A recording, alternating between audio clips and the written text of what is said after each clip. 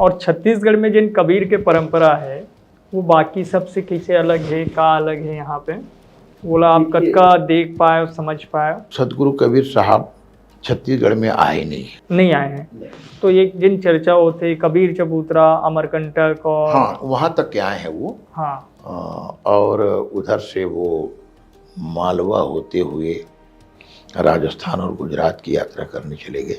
लेकिन धनी धर्मदास साहब का प्रभाव छत्तीसगढ़ में ज़्यादा है जी। बांधवगढ़ से जिन कबीर के परंपरा लेके आई वो कबीर साहब बांधवगढ़ से अमरकंटक आए, अमरकंटक से फिर उधर आगे निकल गए मालवा होते हुए। तो छत्तीसगढ़ में जो कबीर का जो प्रभाव है वो धनी धर्मदास साहब के कारण है जी। और उसका ये परिणाम है कि हमारे छत्तीसगढ़ में एक सांस्कृतिक विरासत हो गई है कबीर की। कबीर भी जिन्हें मतलब छत्तीसगढ़ में एक जातिगत परंपरा के आधार देखिए उसमें मूलतः जो प्रमुख जो उस जमाने के जो कबीरपंथी हैं वो क्या हुआ, कबीर साहब जब काशी से निकले तो प्रयागराज होते हुए इस तरफ जब आए तो बीच में एक जगह है मानिकपुर। तो मानिकपुर से वो गुजर रहे थे तो वहाँ पे एक तालाब के पास से उनका गुजरना हुआ। तो कुछ लोग स्नान कर रहे थे तो वहाँ 5 लोग जो मेरी जानकारी में जिस तरह से कहीं कहीं सुनने को मिलता है, अब यथार्थ क्या है परमात्मा जाने, साहिब जाने, 5 लोग कबीर साहब के तेज से प्रभावित होकर के उनके साथ हो गए। तो वो 5 जो परिणित हुए वो अपभ्रंश होकर प्रणिका हो गए। प्रणिका परिणित हुए तो वो प्रणित से प्रणिका हो गए और वो प्रणिका अपभ्रंश होकर पनिका हो गया। तो मूल कबीरपंथी जो हैं वो पनिका है। फिर उसके बाद में धनी धर्मदास साहब के प्रभाव से साहू समाज का बहुत बड़ा संख्या जो है, बड़ी संख्या जो है वो कबीर साहब से प्रभावित होकर के इस मार्ग पर चलने लगी। अब तो पूरा छत्तीसगढ़ कबीर को मानता है, किसी भी समाज का हो वो, चाहे वो आदिवासी समाज का हो, एससी समाज का हो, एसटी का हो, ओबीसी के हो, अनेक समाज। या मैं तो कहूँ कि पूरे भारत में सबसे अधिक बाहुल्य कबीरपंथी समाज है तो छत्तीसगढ़ में है। पूरे देश में सबसे ज्यादा कबीरपंथी समाज अगर कोई है बाहुल्य तो छत्तीसगढ़ में है। लेकिन बड़े दुर्भाग्य की बात यह है उत्तर प्रदेश में कबीर एकेडमी है, छत्तीसगढ़ में होना चाहिए। यहाँ पे तो एक कबीर शोध संस्थान की स्थापना कुशाभाऊ ठाकरे विश्वविद्यालय में है। हाँ। लेकिन वो सीट खाली पड़ा हुआ है। उमा भी तक की कोकरो नियुक्ति नहीं हुए, पिछली बार हो रही थे उमा भी गैर कबीर की नियुक्ति हो रही है। अब दुर्भाग्य वही है ना, अब स्कूटर चलाए वाला मन खेला तो डंपर चलाए पर बैठा देवे तो चला सकी नहीं, गड़बड़ है ना। तो एक स्वस्थ मानसिकता के आधार पे ऐसे चयन होना चाहिए कि कौन व्यक्ति ला वो में बैठाना चाहिए जो रूढ़िवादिता से हटके सामाजिक, धार्मिक और वैज्ञानिक और वर्तमान परिवेश के हिसाब से का चीज़ उचित है, काय करना चाहिए, जेकर ज्ञान हो या वैसे योग्य व्यक्ति लोग में बैठाना चाहिए। ये संदर्भ में माननीय मुख्यमंत्री महोदय से मोर चर्चा भी हो रही तो वो मन देखूँ कि लेकिन देखत निकल गए। ये बात तो आप सही कहा था कि पूरा देश में जिन्हें कबीर के परंपरा सर्वाधिक मानने वाला हमारा छत्तीसगढ़ है, जहाँ इतना प्रभाव दिखते, असर दिखते, लेकिन कबीर के जिन्हें ज्ञान ला, परंपरा ला आधुनिक रूप में जिन्हें युवा पीढ़ी के बीच में लेके जाए, समाज के बीच में लेके जाए, उनमें कुछ काम हुआ है, रिसर्च हुआ है, शोध हुआ है, अकादमिक रूप से उनमें पढ़ाई लिखाई हुआ है, ये दिशा में काम अभी छत्तीसगढ़ राज्य में एक बात तो जीरो है, बिल्कुल जीरो है। जबकि ये शुरुआती होना रही है। प्रथम मुख्यमंत्री माननीय अजीत जोगी साहब ने प्रयास करे दिन छत्तीसगढ़ में कबीर सद्भावना यात्रा पर जेमे में करे रहे, हमें स्कूल में करे रहे हो लड़का मन ला। फिर ओकर बाद में डॉक्टर रमन सिंह साहब के समय में पूरे छत्तीसगढ़ में एक बार कबीर सद्भावना यात्रा करे रहे हैं। और अभी विजय शर्मा जी डिप्टी सीएम और होम मिनिस्टर ओखर कार्यकाल में पिछले साल 22 जून 2024 से 15 जनवरी 2025 तक जेलों में, छत्तीसगढ़ के 33 जेल में कबीर सद्भावना यात्रा कर रहे हो, जो पूरी भारत में कोनो नहीं करे है। ये मोर उपलब्धि कहो, मोर प्रयास करो, कहीं समझो आप मन। छत्तीसगढ़ में जिन कबीर के परंपरा है, धनी धर्मदास जी के जिन है, उकर खुद के अपन दोहा साहित्य भी है, तो वो सब के भी आप इस्तेमाल अपन कबीर भजन में करे हो या कुछ प्रयोग करे हो आप एमा? बहुत तकन बात है, धर्मदास साहब की वाणी भी बहुत ज़्यादा है, धर्मदास साहब के साहित्य ला देखा के, लेकिन अब समय मिली या फिर जैसे भी अनुकूलता हुई तो फिर वो भी देखिए। हाँ, यहाँ के जिन सबले बड़का केंद्र है कबीर के जिन दामाखेड़ा जी, वहाँ आपके जाना हो? मैं एक बार गए रहे दामाखेड़ा में। वहाँ कोई कार्यक्रम आपके? कार्यक्रम हो रही जब वो समय में रविंद्र चौबे जी जनसंपर्क मंत्री रही ने। अविभाजित मध्य प्रदेश, अविभाजित छत्तीसगढ़ राज्य बने के बाद से नहीं? बिल्कुल नहीं। प्रकाश मुनि नाम साहब से कोई भेंट मुलाकात और बात वार्ता? अभी तक कुछ नहीं, कभी नहीं हुए भेंट मुलाकात?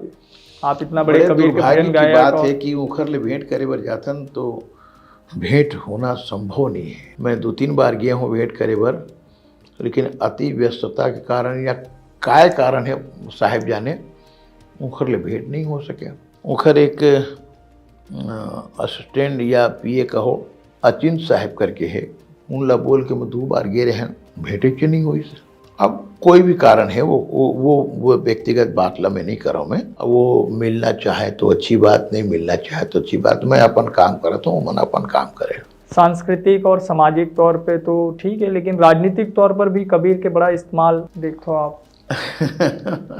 सब अपन अपन नेता अपन अपन सुविधा के हिसाब से कबीर अपनाते। जब कोई काम पड़ते तो ये में कबीर पंथी बाहुल्य है तो नेता मन लगते कि नहीं कबीर बर कुछ करे जाए, कुछ बोले जाए, और नहीं तो बस आए आराम गया आराम।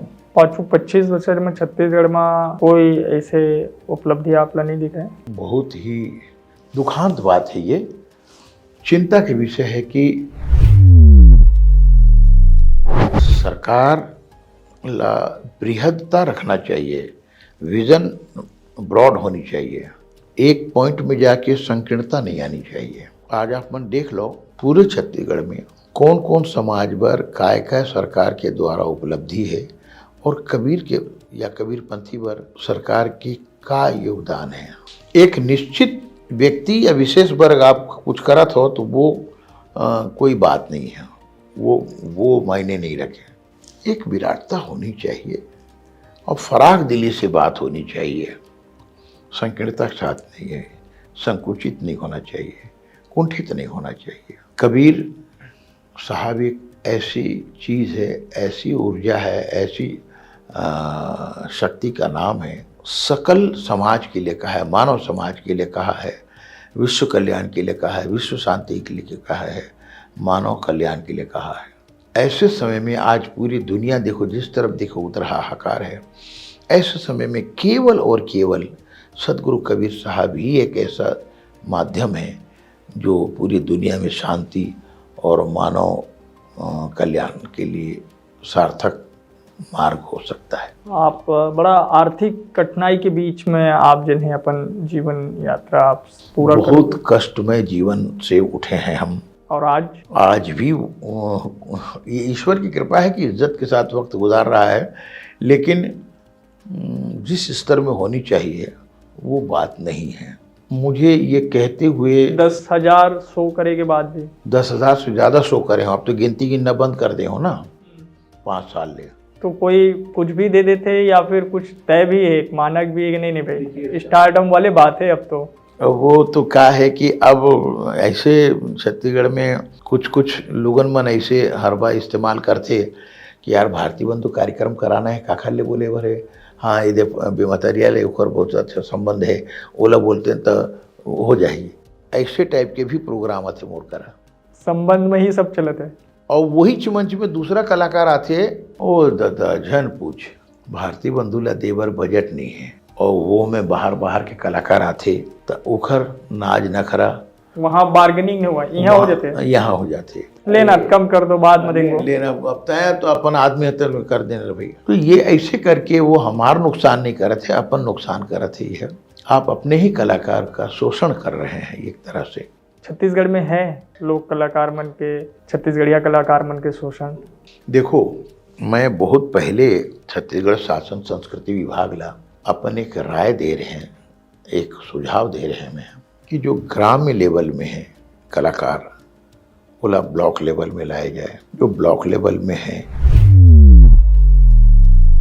बोला डिस्ट्रिक्ट लेवल में लाया जाए, जो डिस्ट्रिक्ट लेवल में है वो संभाग लेवल में लाया जाए, जो संभाग लेवल में है बोला स्टेट लेवल में लाया जाए, और जो स्टेट लेवल के कलाकार है वांछनीय है तब ओला नेशनल लेवल में लेके जाया जाए, और जो नेशनल लेवल में काम करे थे ओला इंटरनेशनल लेवल में लेके जाना चाहिए। आज भारत के 2-3 राज्य ऐसे हैं जो ये बेसिक काम लग करके वहाँ के कलाकार मन ला समृद्ध कर दें, जैसे पंजाब के कलाकार, राजस्थान के कलाकार, गुजरात के कलाकार। राजस्थान के जो सरकार है वो अपन कलाकार मन पर इतना करीन है कि अब वो मन सेल्फ रिलायंट हो गए हैं। और छत्तीसगढ़ में आज भी दर दर के भटकने वाली स्थिति है। कलाकार मन पेंशन बर किंजरत रहते, पेंशन बर किंजरत थे, कोई कार्यक्रम हो गए तो वहाँ सम्मान के बात आ जाते, अपमान के बात आ जाते हैं। विषय देखिए, आप बाहर से कलाकार बुलाते हो, लाखों रुपया देते हो, उनके फ्लाइट से आने जाने के देते हो, और हमारे स्थानीय कलाकार को आप देते हो, क्या देते हो? आप अपने ही लोगों को देने के लिए आपके पास में इतनी संकीर्णता है, इतनी छोटी मानसिकता है, जबकि ये तुम्हारे काम के हैं, वो काम के नहीं हैं। मैंने ये भी कहा कि आप जिन प्रदेश के कलाकारों को बुलाते हो, क्या हमारे कलाकार को वहाँ बुलाते हैं? आपकी ये भी एक पॉलिसी होनी चाहिए, हमारे कलाकार को अभी आप बुलाइए। ये क्यों नहीं होता है? ये होनी चाहिए।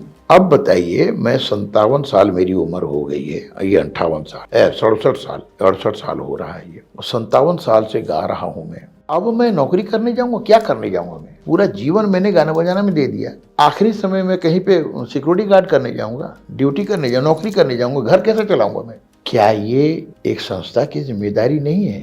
ये बहुत गंभीर विषय है। मेरे जैसे सैकड़ों कलाकार हैं जो पूरा जीवन दे देते हैं। आप खेल में जिन्हें प्रोत्साहन देते हो, आप खेल में नौकरी देते हो, खेल कोटा से, कोई सांस्कृतिक कोटा से जिन्हें कोई कला के प्रदर्शन करते हुए जिन्हें राष्ट्रीय अंतर्राष्ट्रीय स्तर में ख्याति अर्जित करते, उसके लिए तो कोई पॉलिसी, कोई नीति होना चाहिए। देखिए, बड़े दुर्भाग्य की बात है कि बृजमोहन जी संस्कृति मंत्री थे, तो उन्होंने विधानसभा में घोषणा की थी कि छत्तीसगढ़ के पद्म अवार्डियों को 25,000 रुपया मासिक दिया जाए, लेकिन घोषणा होने के बाद में भी अभी तक के नहीं मिला। बीच में एक अमेंडमेंट करके सीएम साहब ने उसको 10,000 रुपये कर दिया। अभी 10,000 रुपये मिला थे। 25,000 की घोषणा शायद 15 साल पहले हो रही थी। ये नहीं, अभी जो नया सरकार जब बनी। अच्छा, जब नया सरकार बनी तो जन मंत्री, हाँ, अभी बृजमोहन जी जब रहे संस्कृति मंत्री, तो 25 की घोषणा हो रही है, मिलत 10 है। 10। इनको खुद भी अपनी मान सम्मान की प्रतिष्ठा का ध्यान नहीं है। हम लोग सही माने में प्यारो हैं। हम लोग बाहर जा करके, अभी जैसे आपसे बात कर रहे हैं, और किसी स्टेट में गए और कहीं गए तो हम लोग बात करेंगे, तो ये हमारी सरकार के लिए क्या मान सम्मान रहेगा? ये बहुत छोटी सी बात है, लेकिन इसको समझने की चीज़ है, इसको समझना पड़ेगा, समझना चाहिए। वैसे का सुविधा मिलता है कि स्टेट गवर्नमेंट से पद्मश्री वाले मतलब? राजस्थान में, हरियाणा में, उड़ीसा में, साउथ के तमिलनाडु या कर्नाटक में 30,000 रुपये दे रहे हैं। 30,000 पेंशन के अलावा भी कोई सुविधा है? और उसमें हम लोगों का मांग ये था कि छत्तीसगढ़, जैसे हम लोग छत्तीसगढ़ के कलाकार हैं, छत्तीसगढ़ में जहाँ भी जाएं तो सर्किट हाउस, रेस्ट हाउस हमको प्राथमिकता पे मिले, निःशुल्क मिले। और अगर हम दिल्ली जाते हैं तो छत्तीसगढ़ सदन और छत्तीसगढ़ भवन में निःशुल्क हमको रूम मिलना चाहिए। किसी भी एयरपोर्ट में या स्टेशन में, रेलवे स्टेशन में जाएं तो हमको वहाँ वीआईपी लॉज में हमको सुविधा मिलना चाहिए। और अगर कोई पद्म अवार्डी मर जाता है तो राजकीय सम्मान से उसका अंतिम संस्कार किया जाए। छत्तीसगढ़, एंटायर छत्तीसगढ़ में जहाँ भी जाएं तो हमको एक आई कार्ड गवर्नमेंट की तरफ से मिले जिसमें टोल फ्री का उल्लेख रहे। ठीक बात है। जिन बाकी सुविधा, जिन प्रोटोकॉल आप ले लेते हो, एक सामान्य जिन्हें अधिकारी भी ले लेते हैं, और एक जिन्हें दुनिया भर में जिन आपके कला के जरिए प्रदेश को गौरवान्वित करते हैं, ओला जिन्हें छोटे छोटे चीज के लिए जिन्हें भटके पड़ते हैं। हमने इसको भूपेश बघेल जी से भी निवेदन किया था, उनकी सरकार चली गई। इनसे भी निवेदन किया था कि ये छोटी छोटी 10-11 मांगे हैं, ज़्यादा नहीं है, और न्यूनतम राशि में कोई भूखंड या सरकार की कोई मकान पद्मेवाड़ियों को दिया जाए। एक भी अनुचित मांग नहीं है हमारी, और ये जितना उचित मांगे वो कोई पूरा नहीं। अभी तक कुछ पता ही नहीं है। अब विधानसभा में घोषणा होने के बाद 25,000 का 10,000 दे रहे हैं, तो हम क्या कहें बताइए। उसी समय मीसाबंदियों को 25,000 की घोषणा की गई, वो मिल रहा है। हम किसी की आलोचना नहीं कर रहे हैं, किसी के हम कंपेयर नहीं कर रहे हैं। वो उसके हकदार हैं तो उनको मिलना चाहिए, वो मिल रहा है। क्या हम हकदार नहीं हैं? देश दुनिया में जाकर के छत्तीसगढ़ की हम मान सम्मान बढ़ाते हैं। पूरा जीवन दे दिया हमने इस क्षेत्र में सांस्कृतिक विरासत को आगे बढ़ाने में। क्या सरकार की इतनी भी जिम्मेदारी नहीं है कि हम लोगों के लिए इतनी सद्भावना होनी चाहिए? मैं शिकायत नहीं कर रहा हूँ, विनम्रता के साथ अपनी बात रख रहा हूँ। बिल्कुल होना चाहिए। और बात निकल गई तो मैं ये भी जान लेना चाहता हूँ कि इन 25 साल की हमारी जो ये यात्रा है छत्तीसगढ़ राज्य बने के गठन के बाद से लेकर के, बतौर छत्तीसगढ़िया मन के विकास ला आप कैसे देखते हो? छत्तीसगढ़िया मन का ऊंचाई पर प्राप्त करिए? अब महू छत्तीसगढ़िया हो तो मोर विकास नहीं है तो मैं काकर विकास लग करिए बात करिए, बता दो मोर काय विकास हुए देख लो। 25 साल में विकास तो बहुत ज्यादा हुए हैं। हाँ। लेकिन हमार काय विकास हुए है बताओ। मूल छत्तीसगढ़िया मन आज भी वही है। 6 में पैठू में बैठे हैं और पोठ मन बीच बीच में बैठे, सब बाप दादा के जमीन लग बेचवा दीन और छत्तीसगढ़िया मन तीर तखार में चल दीन। सर, कोई जिन्हें घटनाक्रम, कोई प्रसंग आपके कार्यक्रम से जुड़े हुए, आपकी यात्रा से जुड़े हुए? कार्यक्रम से और यात्रा से जुड़े एक बड़ा विचित्र घटना घटी से आज से कुछ साल पहले चंडीगढ़ में कार्यक्रम लिए समारोह। कलाकार जब मंच में आते उधर गाना बजाना सुन के ताली बजाते, वाह वाह करते, लेकिन उधर व्यक्ति के जीवन में कौन कौन से सीढ़ी तय करके आए हैं उन लोगों ने नहीं जाने। एक शायर कहते कि तल्ख है कितना सुख से जीना पूछो हम फनकारों से। तल्ख है कितना सुख से जीना पूछो हम फनकारों से, हम सब लोहा काट रहे हैं कागज की तलवारों से। चंडीगढ़ में कार्यक्रम करने गए, दिसंबर का महीना था। कार्यक्रम खत्म हुआ, दूसरे दिन हमारी फ्लाइट थी। बच्चे लोग सुबह से निकल गए थे, ट्रेन उनकी थी। जैसे हम एयरपोर्ट पहुंचे, आयोजक हमको एयरपोर्ट छोड़ने गए, हमारी चेकिंग वगैरह हुई, सिक्योरिटी हुई। जैसे काउंटर में हम गए अंदर, बोले सर आपकी फ़्लाइट कैंसिल हो गई। बोले कैसे कैंसिल हो गई यार, अभी तो आपने ये सब बोर्डिंग कार्ड दिया। ये बोले सर विजिबिलिटी डाउन हो गई है और आपकी फ़्लाइट कैंसिल। मैंने तुरंत आयोजक को फ़ोन लगाया तो इत्तेफाक से वो लोग बाहर वेट कर रहे थे किसी काम से। बोले डोंट वरी सर, आप आ जाइए, हम आपकी गाड़ी की व्यवस्था करते हैं। फिर हमने ये कहा कि हमको दिल्ली एयरपोर्ट छोड़ दो, यहाँ की फ़्लाइट कैंसिल हुई तो यहाँ से दिल्ली, दिल्ली से रायपुर था तो हम चंडीगढ़ से दिल्ली के लिए हमको उन्होंने एक इनोवा कर दिया। मैं ऐसा बैठा हूँ, मेरा छोटा भाई इधर बैठा हुआ है, हम लोग जा रहे हैं, गाना बज रहा है गाड़ी में। सोनीपत के कुछ पहले ड्राइवर को फिट आ गया। अब आप सोच सकते हैं कि चंडीगढ़ वाला रास्ता कितना बिजी रास्ता होता है, बड़ी बड़ी लॉरियां चलती है, गाड़ी ट्रकें चलती है। तो हमको ये लग रहा था कि वो गाना सुन करके मौज में झूम रहा है, लेकिन कोई डाउट हुआ तो मेरा भाई ऐसा ऐसा करके थपथपाता है उसको, फिर भी वो ऐसा ज़ोर ज़ोर से हिलने लग गया।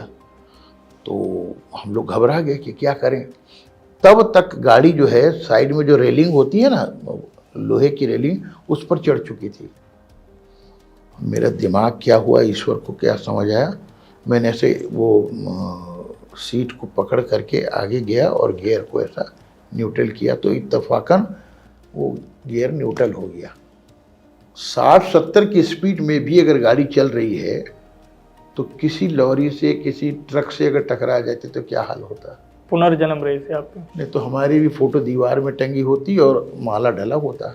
वहाँ उतरे हम तो कुछ सज्जनों ने कहा हुआ कि बोले सर आप तुरंत निकल जाइए, पुलिस आएगी आपको बैठा देगी, आपको परेशानी होगी। कुछ नहीं होगा तो फिर भी परेशान होंगे। हम आगे एक गाड़ी को इशारा किया, बोले सर ये बॉर्डर है दिल्ली और हरियाणा का, इससे आगे चलिए तो हम आपको ले लेंगे। तो सोनीपत का जो बैरियर था उसको क्रॉस की है तो एक गाड़ी वाला मिला, बेटा तू हमको दिल्ली छोड़ दे। जब तक कि उस ड्राइवर को होश आ गया था हमारे निकलने तक, उसको पानी वानी पिलाए और तू अपने मालिक को फ़ोन करके बोल ऐसी ऐसी घटना हो गई थी कह करके। फिर हम गए, चलते जा रहे हैं, फिर मैंने फ़ोन लगाया दिल्ली एयरपोर्ट, तो बोले सर आपकी फ़्लाइट जा चुकी है। फिर मैंने अपने बच्चों को फ़ोन किया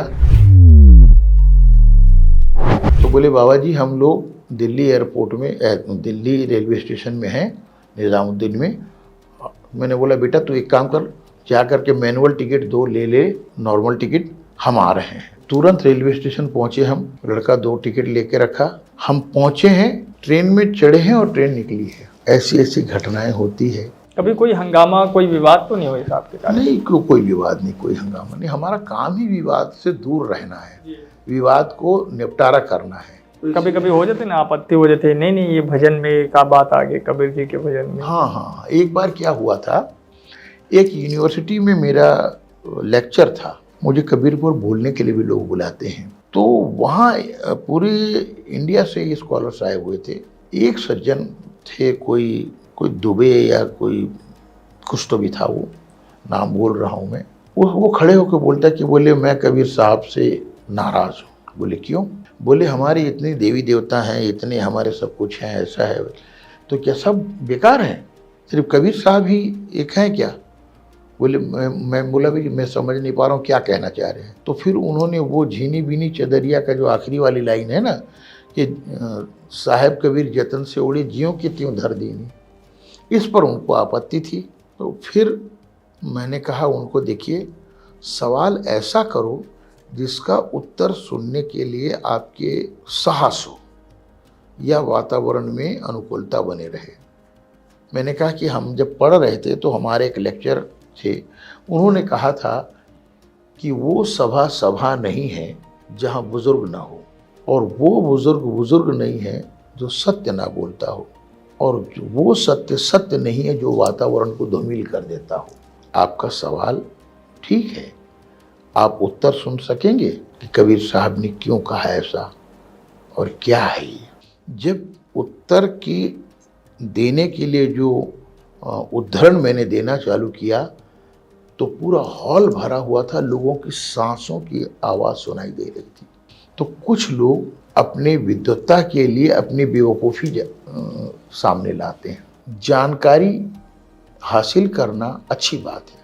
भागवत में भी लिखा हुआ है कि प्रणम्य भाव से, विनम्र भाव से किसी चीज़ को जानने हेतु जिज्ञासा व आप प्रश्न करिए, लेकिन अहंकार, दंभ, ज्ञान की आडंबर को लेकर के आप प्रश्न मत करिए, इससे नुकसान आपका होगा। तो कभी कभी इस तरह की बातें आती है, लेकिन क्या होता है कि जब जिस काम को करना है तो उसके लिए आपको दिन रात उसमें डूबे रहना पड़ेगा। और एक जगह हुआ हैदराबाद में हम कार्यक्रम कर रहे थे, करीब 5000 से ज़्यादा लोग बैठे हुए थे, बड़े विद्वान लोग बैठे हुए थे। वहाँ सूफ़ी का कार्यक्रम था। सूफ़ी में गिरे लगाने का, गिरेबंदी करने का एक चलन है। तो हमने कहा कि आप साहब गिरे समात करें शेरी भोपाली। तो जैसे ही मैंने कहा कि माना के अज़्म तरके तमन्ना करेंगे हम, तेरे बगैर जी के भला क्या करेंगे हम, तो एक लंबी दाढ़ी, एक उम्र दराज खड़े हुए, अरे गलत बोल रहे हो आप, ये शेरी नहीं है। अब बताइए किसी कलाकार को बीच मंच में अगर कोई ऐसा बोल दे तो उसकी क्या हालत होगी। मैंने यहीं पर एक अच्छे गुरु से सीखने का फल यही होता है, फ़ायदा यही होता है कि आप में सब्र होता है, आप में नम्र होता है, और आप में साबित कदम होने की गुण होती है, बात होती है। मैंने कहा माफ़ कीजिएगा हुजूर, ये दक्कन की सरज़मीन है, मैं अपने फ़न का मुज़ाहरा करने नहीं आया हूँ, आप लोगों से इस्तिफ़ादा लेने आया हूँ, आप लोगों की दुआ का मुस्तहिक़ हूँ मैं। नहीं बोली ये गलत है, ये नहीं है बोली शेरी। तो बोले मैं आपको शेरी सुना रहा हूँ। ये कौन बोलेगा? जो ईमानदारी से सीखा होगा, नहीं तो कलाकार तो वहीं आधा हो जाएगा, उसको उठा के फेंक दिया जाएगा। फिर मैंने कहा कि माना कि अज़्म तरके तमन्ना करेंगे हम, तेरे बगैर जी के भला क्या करेंगे हम। कम होगी जब चिराग़े मोहब्बत की रोशनी, दिल को जला जला के उजाला करेंगे हम। शेरी बला से खाक ही हो जाए जल के दिल, लेकिन ना हुस्न यार को रुसवा करेंगे हम। जैसे ही मैंने ये कहा कि पूरा ऑडियंस बोलने लगे सुभान अल्लाह सुभान अल्लाह, और बोलिए और बोलिए। तो हमने पैर दबा के सीखा था, इसलिए ये बात कह पाया। दूसरा होता तो उठा दिया जाता है। कब कहाँ चल के ये तर्ज सुखन आया है,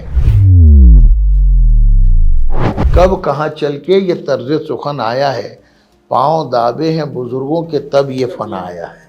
तो इतने साल जो उस्तादों के नाज बरदारी किए, पाँव दबाए, तब जाके ये बात बनी है। बरसों रातों गुजारे हैं, एक दो दिन नहीं, बरसों, तब जाके थोड़ा सा एकाध कहीं से एकाध बुन। और जब पद्मश्री के ऐलान हुई, हाँ हाँ हाँ हाँ हाँ हाँ हाँ, बने बात की है बाबू। 25 जनवरी के संध्या के 2013 में मैं वहाँ दिन विलम्ब से उठे मैं, तो एक फ़ोन आई 11:11 में। तो बात करत करत कट गए वहाँ। मैं देखे हुए तो दिल्ली के नंबर है, तो वो मैं कंटिन्यू में लगाते रहे, बात ही नहीं होते, बिजी बताई। फिर थोड़ी देर में वहाँ से फ़ोन आई कि ये माननीय गृह मंत्री जी के कार्यालय से होम सेक्रेटरी साहब बात करना चाहेंगे आपसे। तो बोले बधाई हो आपको कि आपका नाम महामहिम राष्ट्रपति महोदय ने पद्मश्री के लिए आपका नाम चयन किया है, आपको कोई आपत्ति तो नहीं है। मैंने बोले साहब कैसी बात कर रहे हैं, आपको भी धन्यवाद, गृह मंत्री को भी धन्यवाद और राष्ट्रपति जी को भी धन्यवाद, बहुत बहुत मेहरबानी। तो मुझे लगा कि कोई इस तरह से मजाक कर दिया होगा। आप भी मजाक में ले लिए? मजाक में ले लिया, कोई ऐसा कह दिया होगा। लेकिन मैं बड़ा बेचैन था कि ऐसा ये कौन बेवकूफ़ आदमी है, इस तरह से कोई मजाक करता है। फिर मेरी माता जी की इच्छा थी कि हम घूमने जाएं, मंदिर जाएं। तो जगन्नाथ मंदिर है ना आपके यहाँ शंकर नगर गायत्री नगर में, हम वहाँ गए और मंदिर से निवृत्त होकर के हम घर लौट रहे थे। तो रास्ते में मेरा एक दोस्त का फ़ोन आया, मिस्टर हेमंत तिवारी करके हैं। उन्होंने मुझे फ़ोन किया कि बोले तुरंत टीवी ऑन करो, देखो हमारा दोस्त पद्मश्री हो गया है। फिर मेरे एक दोस्त राजीव सोंधी करके, उनका फ़ोन आया, अरे भाई कहाँ हैं? नहीं यार ये मंदिर से घर जाओ। बोले तुरंत घर जाओ, टीवी ऑन कर।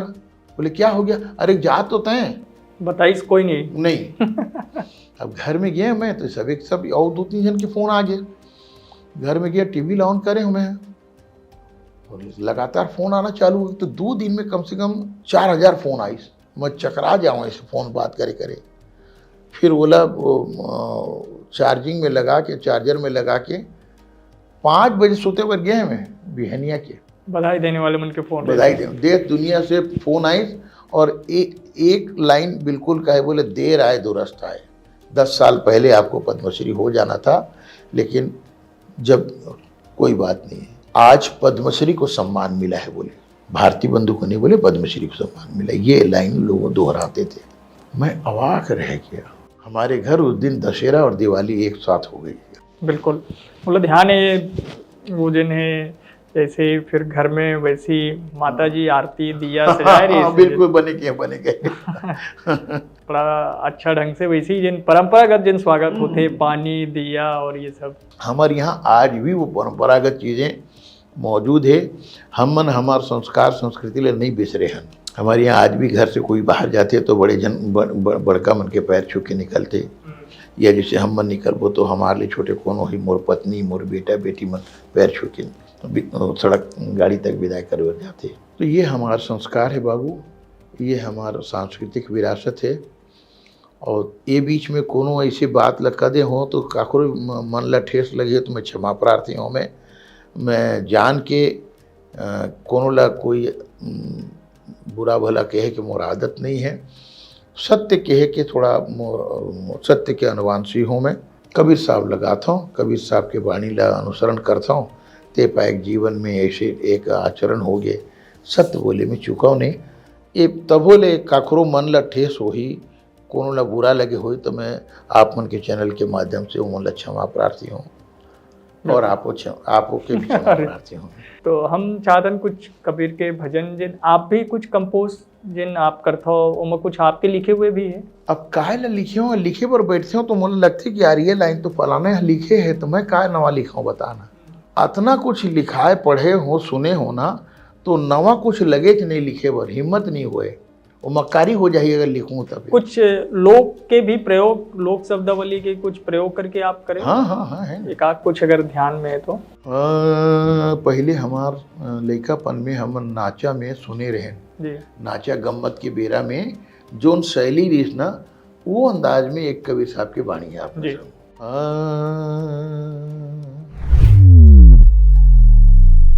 अजी गुरु से कर ले मेल गंवारा गुरु से कर ले मेल गुरु से कर ले मेल गंवारा गुरु से कर ले मेल का सोचत है बारंबारा का सोचत है बारंबारा का सोचत है बारंबारा गुरु से कर ले मेल गंवारा गुरु से कर ले मेल गुरु से कर ले मेल गंवारा गुरु से कर ले मेल। जब पार उतरना चाहिए तब केवट से मिल रहिए जब पार उतरना चाहिए तब केवट से मिल रहिए जब उतर जाए भव पारा जब उतर जाए भव पारा तब छूटे ये संसारा गुरु से कर ले मेल गंवारा गुरु से कर ले मेल। जब दर्शन को दिल चाहिए तब दर्पण मांझत रहिए जब दर्शन अब देखिए मेरा प्रयोग इसमें दिखेगा जब दर्शन को दिल चाहिए तब दर्पण मांझत रहिए। तो अंजुम रहबर शायरा की एक कथा आपको सुना रहा हूँ इसमें। उनको अपना पता नहीं होता उनको अपना पता नहीं होता जिनके घर आईना नहीं होता वक्त उसको बुरा बनाता है वक्त उसको बुरा बनाता है आदमी खुद से बुरा नहीं होता। अज्ञानम तिमिरांधस्य ज्ञानांजन शलाकया चक्षुरुन्मीलितं येन तस्मै श्री गुरुभ्यो नमः। जब दर्शन को दिल चाहिए तब दर्पण मांझते रहिए जब दर्पण लागे काई तब दरस कहाँ से पाई गुरु से कर ले मेल गंवारा गुरु से कर ले मेल गुरु से कर ले मेल गंवारा गुरु से कर ले मेल साहेब बंदगी साहेब। एक जिन आपके बहुत प्रसिद्ध है वैसे सब गाते लेकिन आपके अंदाज में ओखर बात कुछ और है गाड़ी वाले। हाय हाय हाय ये गाड़ी वाले तो पूरा दुनिया के शहर करा दिए लेकिन आप एमा जिन प्रयोग करे हो बीच बीच में जिन छंद के शेर के वो कोई दूसरा नहीं करे। नहीं यही प्रयोग पूरे दुनिया में कौन नहीं करे सिवाय भारती बंधु के ते पाए के भारती बंधु सली का थे। अब वो मोर पूरे टीम के गाना है लेकिन आप मन के है तो कर एक अंतरा जी।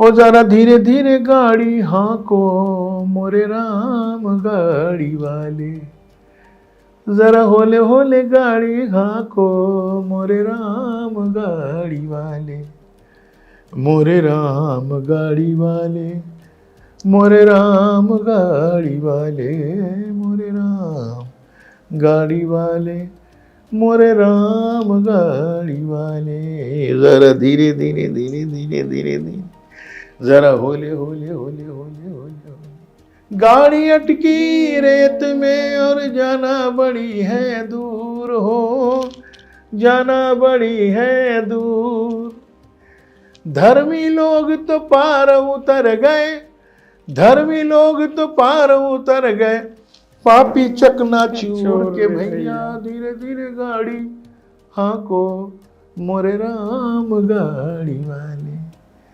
जरा होले होले गाड़ी हाँ को मोरे राम गाड़ी वाले मोरे राम गाड़ी वाले मोरे राम गाड़ी वाले जरा धीरे धीरे धीरे धीरे धीरे धीरे जरा होले होले होले होले होले होले जरा धीरे धीरे धीरे धीरे धीरे धीरे जरा होले होले होले होले। वाह साहेब देखिए जिंदगी गाड़ी ऐसी धीरे धीरे होले होले चल रही है। राम जी हाँक रहे हैं बस ये उसकी कृपा है।